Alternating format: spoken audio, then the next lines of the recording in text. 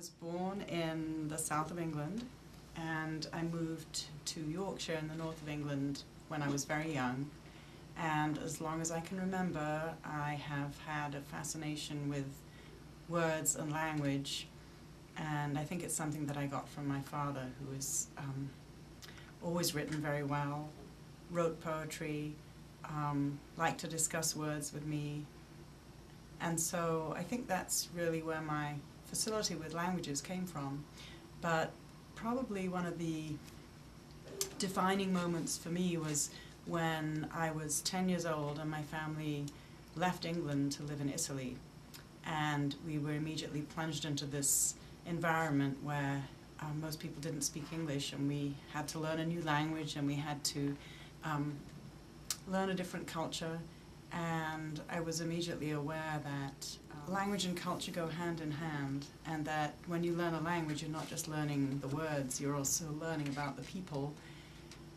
And I decided then that that's what I wanted to do. I wanted to learn as many languages as possible. And when I was in the equivalent of junior high and high school, I studied French and I studied German. And I got very good at French, and then it became not exactly boring, but I figured I'd done that and I wanted to add some more languages, so I decided that when I graduated from high school, I would learn a new language, and I picked Russian when I was quite young and didn't really understand what it was all about, but it fascinated me. So I had this interest in Russian language and Russian literature. So I went to university in the north of England. I studied Russian and continued my German, and also was at that point speaking Italian fluently because my family had been living in Italy and I'd spent a lot of time every year there. And had my French. So I collected my little collection of languages, and that was what I was going to do with my life. I was either going to be a literary translator, this is what I thought, this was my dream, or I was going to pursue a doctorate in Russian literature and maybe teach at a university. Well, none of that came to be.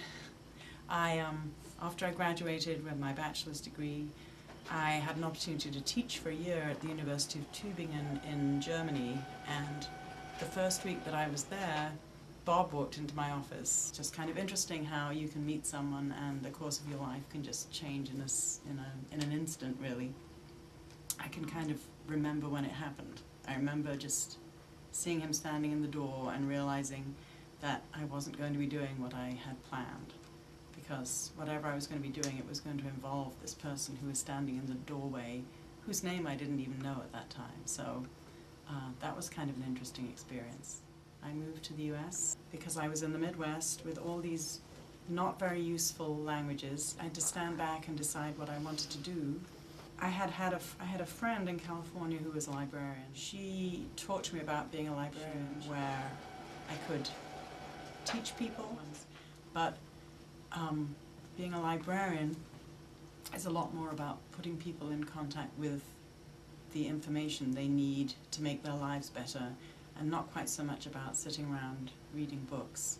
So it is about books, and the library is full of books, among other things, but it's really more about empowering people by helping them get to the information they need to figure out whatever thing they need to figure out to solve whatever problem it is they have, whether it be in a public library, whether it be in an academic library, where it's all about connecting people with information. So that's basically how I ended up where I am.